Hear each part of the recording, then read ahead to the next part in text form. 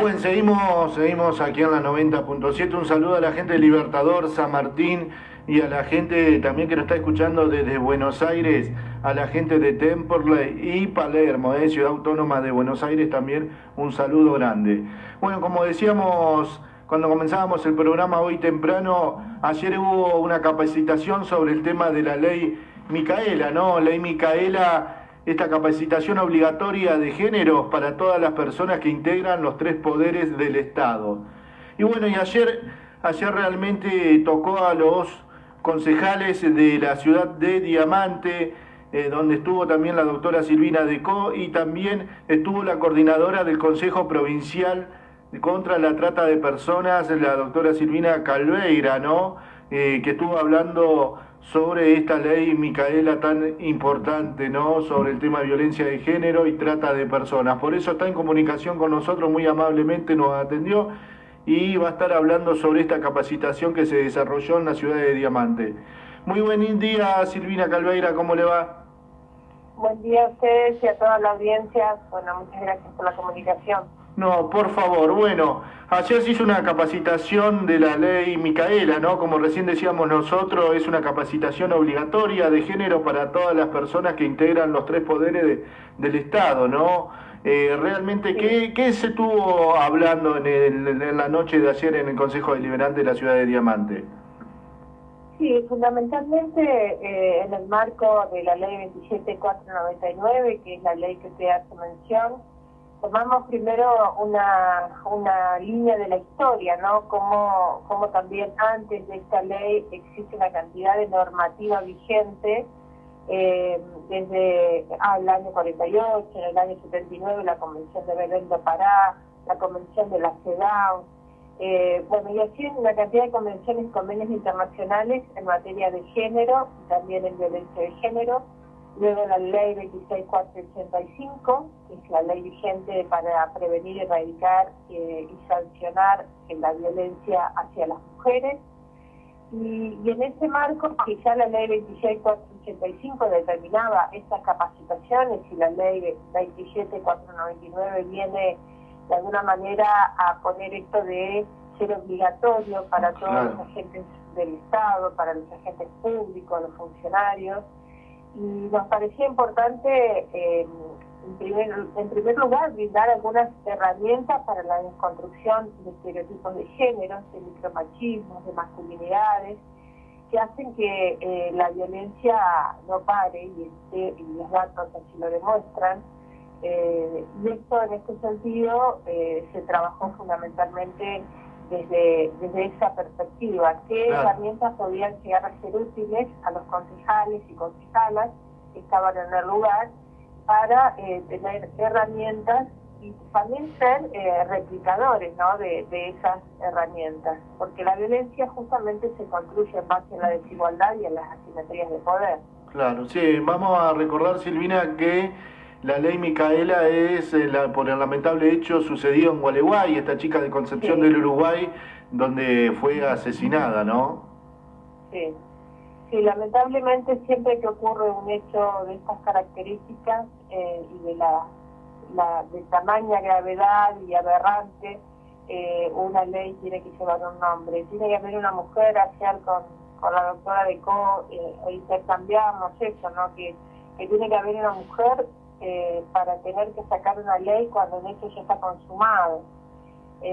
Lo mismo pasó con la ley de grooming, claro, que se llama Mica Ortega, bueno, y así podemos enumerar una cantidad de leyes que tienen un nombre de mujeres por hechos que ocurrieron. Y en el marco de los feminicidios hay cantidad, lamentablemente, de niñas y adolescentes que fueron asesinadas en estos crímenes de odio, como fue Priscila Harman, Gisela López, Josefina López, niñas muy jóvenes que les arrebataron sus sueños, ¿no? Y su realidad, y bueno, obviamente que mujeres adultas también, donde se hiciera a cobrarle la vida en forma extrema, en esto entendiendo de que el varón cree que la mujer es de su propiedad, cree que es una cosa, una mercancía. Lo mismo pasa con la desaparición de personas para la trata de personas. O sea, tenemos una Fernanda Aguirre en Entre Ríos, que bueno, nunca supimos más de ella. Y así podemos enumerar una serie de hechos vinculados a esto y también a delitos contra la integridad sexual, lamentablemente, que van en aumento. Ese es el tema, ¿no? Van en aumento. Este 2020, el año pasado, aumentó mucho también el tema de los femicidios. Este 2021 ha arrancado también con un número muy alto. Bueno, hace unos días hemos tenido el primer caso de femicidio en la provincia de Entre Ríos, en Victoria, ¿no? Silvina, estas capacitaciones, todo lo que se está haciendo, por supuesto que sirve mucho, pero hay algo que está faltando, ¿no? Porque realmente no para la violencia contra la mujer. Sí, ayer, luego de la capacitación, se armó, se generó un buen debate con los concejales y las concejalas, y en eso surge esto que usted nos está preguntando, ¿no? De cómo salimos incluso de esto, porque los datos demuestran una realidad escalofriante a nivel nacional. Y primero que estamos trabajando obviamente que en la emergencia, con medidas para salir de la emergencia ante situaciones concretas. Se necesita trabajar desde lo estructural. Lo estructural implica recursos, implica presupuesto, y ese recurso y presupuesto tiene que venir a cada rincón del país, a cada municipio, para que las áreas de la mujer, las casas de la mujer, tengan todos los elementos necesarios para poder contener, acompañar, porque ante el primer alerta que una mujer da, que es el maltrato psicológico o el físico, se debe hacer una evaluación de riesgo, para lo que se necesitan equipos interdisciplinarios, claro, y también un lugar donde contenerla, donde vivir, si tiene hijos, hasta que se produce la exclusión del hogar del violento. Y bueno, y también medidas vinculadas a lo judicial. Está la aplicación en el celular de botón antipánico, pero lo lleva la víctima y no el agresor. Claro. Necesitamos más pulseras de monitoreo dual, que es el agresor al quien se lo controla para que no se acerque a la víctima, y va dando alertas a muchos metros de distancia para que el 911 intervenga de forma inmediata y evitar una muerte más. Acá hubo un caso, Silvina, el de Fátima, ¿no? Que realmente tenía el botón antipánico y lamentablemente terminó con su muerte, ¿no? Sí, por eso, como en el caso de Fátima lamentablemente acudió al lugar donde él la había llamado, porque bueno, tenían un niño en común, y eso habla también de la falta todavía de empoderamiento, de autonomía generada, en eso de entender la mujer que padece violencia, que el varón violento, si no trabaja en cuanto a terapias y demás, esa desconstrucción de la masculinidad, es muy difícil que cambie. Entonces por eso hablaba también de los recursos que tienen que venir a cada área para fortalecer los equipos interdisciplinarios, porque a esa mujer hay que rodearla de acompañamiento, rodearla de escucha, para poder que ella entienda la peligrosidad que hay, que existe en el caso de volver con el violento y de encontrarse con la muerte. Y la ESI también es fundamental. La educación sexual integral en la escuela, desde una perspectiva transversal, debe estar en todas las currículas escolares, en todos los niveles educativos, porque es ahí donde vamos a lograr este proceso de transformación. Porque muchas veces el adulto violento viene con una carga quizás de su infancia. Claro. Quizás que en su hogar hubo violencia, vio a su mamá o a su papá que la golpeaba, vio a su mamá estallar en llanto, y eso lo va asumiendo el niño en la primera infancia, y muchas veces, lamentablemente, lo replica en su adultez. Si puede haber historias de vida atrás que hacen que repliquen estas conductas. Por eso es tan importante trabajar desde la casa y también desde el sector escuela, la cual yo siempre reivindico la tarea docente, porque son quienes también detectan este tipo de situaciones en la niñez y en la infancia, y fundamentalmente desde lo transversal. Poder hablar de esto en matemática, en geografía, más allá de lo que está dispuesto pedagógicamente y la currícula, hablar de estas cuestiones en todas las materias. Claro. Y en épocas de pandemia nosotros lo vimos porque trabajamos con varias escuelas de Paraná virtualmente y no solo con aulas virtuales, sino también con grupos de WhatsApp. Claro. Desde la perspectiva del autocuidado, porque nosotros al no tener contacto con los niños en el aula, no estábamos viendo qué estaba pasando. Hay niñas que muchas veces tenían conflictos. Claro. Entonces, la manera fue estar permanentemente con los grupos de WhatsApp, en las aulas virtuales y trabajar el autocuidado. Incluso ellos nos mandaban videos, como una forma también de nosotros verlos que estaban bien, que no estaban golpeados, bueno, una serie de características que nos permitieron también cuidarlos en pandemia. Silvina, también hablábamos, ¿no?, de los chicos y del comienzo, de su educación y también la gente que está fuera del sistema. Hace 3 días veníamos con un caso que conmovió al país de Maya, que por suerte hace minutos fue encontrada con vida, ¿no? Y como sociedad y también el Estado que muchas veces está ausente, ¿no? ¿Cómo hacemos nosotros que también miramos para un costado? No hay que ir muy lejos. Aquí en la capital también entrerriana hay gente que está en situación de calle con niños. Qué difícil es todo, ¿no? Cuando hablamos también de violencia, muchas veces hablamos también con la gente que está dentro del sistema, y los que están afuera del sistema realmente es muy complejo todo, ¿no? Sí, es claramente la violencia institucional, ¿no? Porque lamentablemente Maya vivía con una familia que está muy vulnerada, sin acceso a derechos sociales y humanos fundamentales, como una vivienda, como a la educación. Maya no concurría a la escuela, que podía ser un lugar de contención. Y esto obviamente habla de la responsabilidad que tenemos todos, ¿no? Claro. Somos todos responsables de esto. Obviamente que habrá en este escalón de responsabilidades, habrá eslabones que son mucho más responsables que la ciudadanía en sí, pero hay responsabilidades y yo creo que aquí es donde tenemos que profundizar, bajar a los territorios, ver qué está pasando con la gente, las necesidades, y bueno, y generar políticas públicas, como dije anteriormente, integrales, estructurales, y que brinden estos derechos a estas personas, fundamentalmente donde hay infancia y existe la niñez, para darles algunas garantías que incluso son garantías constitucionales, ¿no? Claro. En nuestro país.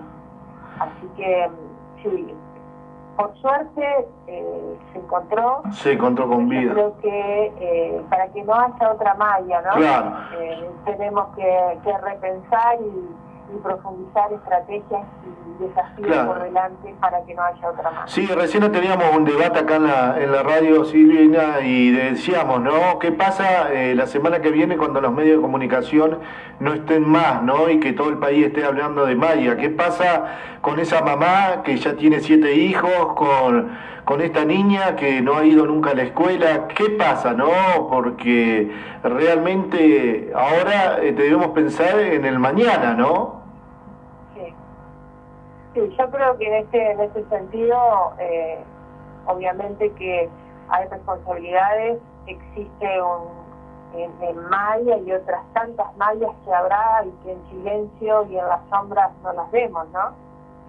Sí.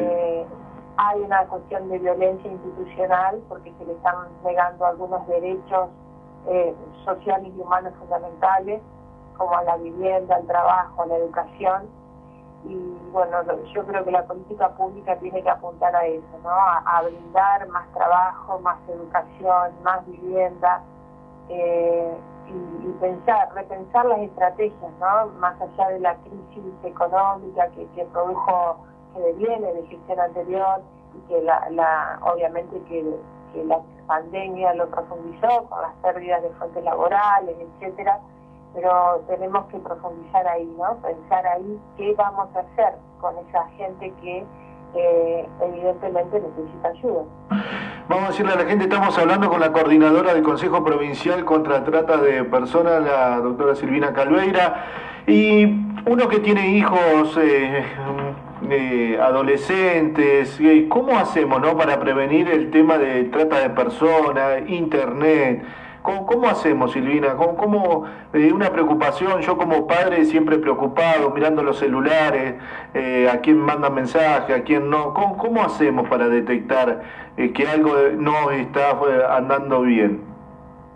Sí, bueno, fundamentalmente hoy día que el delito de la violencia digital, una nueva modalidad, y el grooming en ese marco que aumentó un 45% en pandemia, utilizado también como método para la captación por el engaño, las falsas promesas, regalos, falsas promesas de trabajo incluso hacia adultos, no solamente niños, para terminar siendo víctima de algún tipo de explotación, ya sea sexual o laboral, en el marco de la trata de personas. O el abuso sexual en el marco del grooming, que es quien detrás de un dispositivo siempre está una persona con identidad falsa, que es un adulto y que normalmente a quien ataca o ejerce de alguna esta ese control digital claro. Es a una niña, niño o adolescente. Tenemos que ser muy cuidadosos con eso, estar muy atentos cuando estos hechos suceden, dialogar. El diálogo es fundamental con los niños y adolescentes porque nos cuenten lo que les está pasando. La escucha es fundamental de los padres, de los referentes familiares, y ante un hecho concreto que por el cual están atravesando, muchas veces uno atina a bloquear a este agresor o acosador, y es el peor error, porque lo que tenemos que hacer como adultos es ponernos al frente de ese dispositivo, seguirle el diálogo, seguirle la conversación. Si la conversación tiene que ser sexualizada, hacer capturas de pantalla, y con eso inmediatamente, sin bloquearlo y sin tampoco decirle que lo van a bloquear, acudir a la fiscalía o a la comisaría más cercana para hacer una denuncia. Y obviamente hoy hay equipos de investigación en cuanto a la tecnología, de poder llegar quién está detrás de este dispositivo. Incluso se han detectado redes a nivel nacional e internacional que llevan adelante este tipo de delitos. Hay un número que es el 145, ¿no? Donde uno puede llamar. La línea 145 es una línea de denuncia, tanto para trata, narcotráfico, grooming. Es una línea que funciona las 24 horas del día y está atendida por profesionales, y la denuncia se puede hacer anónima. Claro. Eso es ante obviamente el miedo a la represalia, que uno no pasa a hacer una denuncia a fiscalía, puede llamar a esa línea, y obviamente los organismos como nosotros acompañamos en caso de que haya una situación, acompañamos a la persona a hacer la denuncia, e incluso también acompañamos en la denuncia tanto como el Consejo de Provincial contra la Trata, o también desde la Asociación Civil Red Alerta, que es a la cual yo pertenezco. Silvina, hoy cuando empezábamos la charla hablábamos sobre la ley Micaela, lo importante que son las casas de la mujer, ¿no? La contención, el refugio para las mujeres. Aquí en la ciudad de Diamante hubo una gestión donde estuvo complicado, estuvo cerrada la puerta, ahora se estuvo reactivando la casa de la mujer. Es importantísimo, ¿no?, que hoy la mujer, por ejemplo, en los municipios tengan un lugar a donde ir, ¿no? Más allá de la comisaría de la mujer, que el Estado esté... Tengo muy poco retorno. A ver ahora, a ver si me escucho un poquito mejor. Ahora sí. No, hablábamos sobre el tema que hablábamos sobre la ley Micaela, sobre la violencia de género, y lo importante que los municipios tengan una casa de la mujer, un refugio, un lugar donde atender las demandas de las personas que están sufriendo violencia, y que muchas veces no son de ir a la comisaría de la mujer, y estos lugares son importantes, ¿no? Sí, tener una casa y un área de la mujer es fundamental en el territorio, porque bueno, como bien hace referencia, muchas veces las mujeres o ante la ausencia quizás ha ido a hacer una denuncia, no se la han querido tomar. Claro. No, suele pasar esas cosas en algunos lugares, no en todos. Acuden, incluso también por ahí necesitan esto del acompañamiento, el poder lograr esa autonomía antes de hacer la denuncia por los miedos obvios que existen. Entonces, y a la hora de hacer la denuncia tiene que haber toda una estructura ya preparada, por lo menos hasta el momento que se dicten las medidas cautelares, la restricción perimetral, la exclusión del hogar. La mujer tiene que tener un lugar donde estar y ser acompañada desde lo psicológico y también obviamente que con cuestiones alimentarias y demás. Así que, y sus hijos e hijas, es fundamental, y para nosotros que el amante tenga esa casa es muy bueno, porque habla también de cómo se está llevando adelante la gestión con una mirada de género, con una perspectiva de género y de protección de derechos.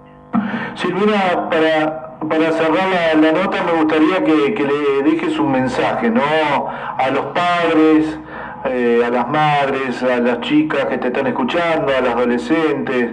¿Qué mensaje le dejas, no? Porque la trata existe y no hay que mirar para otro lado. ¿Qué mensaje le dejas? Sí, por un lado, fundamentalmente es el aprender a escuchar, ¿no? El escucharnos y ser más sororas entre nosotras mismas, en esto de la escucha, del aprender a... No es lo mismo el oír que escuchar profundamente. El escuchar implica acompañar ese proceso por el cual se está atravesando, quizás sea una amiga, quizás sea una prima, y eso también el involucrarse. Claro. Yo creo que si nos involucramos, porque tampoco se trata de un problema de varones o mujeres, se trata de un problema de varones y de mujeres. Claro. Es decir, de esto salimos entre todos y todas. Por eso es importante que también los varones, los niños, sean en el ámbito de la educación, en el ámbito de la familia, sean educados en esto de la equidad, ¿no? De que iguales no vamos a hacer nunca por las diferencias sexuales, pero sí la equidad en el sentido de que no el varón sea educado en una masculinidad profunda, las niñas sumisas, como bueno, en esto la propia división sexual del trabajo lo disponía, para luego que las mujeres sean las que están abocadas a las tareas del hogar y al cuidado de los hijos, y los varones los proveedores de recursos. Entonces yo creo que este proceso de transformación se va a dar si marchamos y transitamos este camino de transformación juntos. Así que es fundamental también que los varones se empiecen a interpelar y empiecen también a poder hasta charlar quizás estas cosas con sus hijas, con su madre, con sus hermanas, mujeres, y yo creo que esa desconstrucción se va a ir dando. Nosotros que trabajamos mucho con escuelas ya estamos viendo un cambio generacional. Sí, lo que vemos es que todavía no asumen el riesgo que está latente aún y el peligro que tenemos enfrente. Y en eso tenemos fundamentalmente que, por eso hoy decía cuando hablan de grooming, Claro. cuando nos cuentan algo al niño no hay que hostigarlo o enojarse por eso, sino todo lo contrario.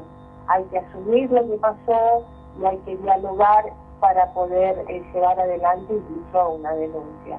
Y después involucrarse, yo creo que con un granito de arena que pongamos todos y todas, esto en algún momento tiene que llegar a cambiar. Bueno, Silvina, la verdad que muchas gracias por atendernos, por hablar de la ley Micaela, por esta capacitación en que se está haciendo en toda la provincia de Entre Ríos. La verdad que es muy amable y seguramente muy pronto la estaremos llamando nuevamente para que nos siga hablando de los diferentes municipios, diferentes lugares donde usted está haciendo parte de esta capacitación sobre el tema de la ley Micaela. Es muy amable y que tenga muy buen día. No, muchísimas gracias a usted, y también agradecer a los medios de comunicación, que son una herramienta fundamental para la prevención, y ojalá algún día no tengamos que estar hablando más de estos temas. Ojalá que sea así, ojalá que se siga. Muy buen día, Silvina. Estuvimos con la coordinadora del Consejo Provincial contra la Trata de Personas, la doctora Silvina Calveira, habló sobre la capacitación de la ley Micaela. Ojalá que sea, como decía recién Silvina Calveira, ¿no? Ojalá que no tengamos que esto no suceda más y no tengamos que hablar más porque no hay más hechos de violencia. Ojalá que sea así de esta manera, gente. Y ahora son 10 minutos.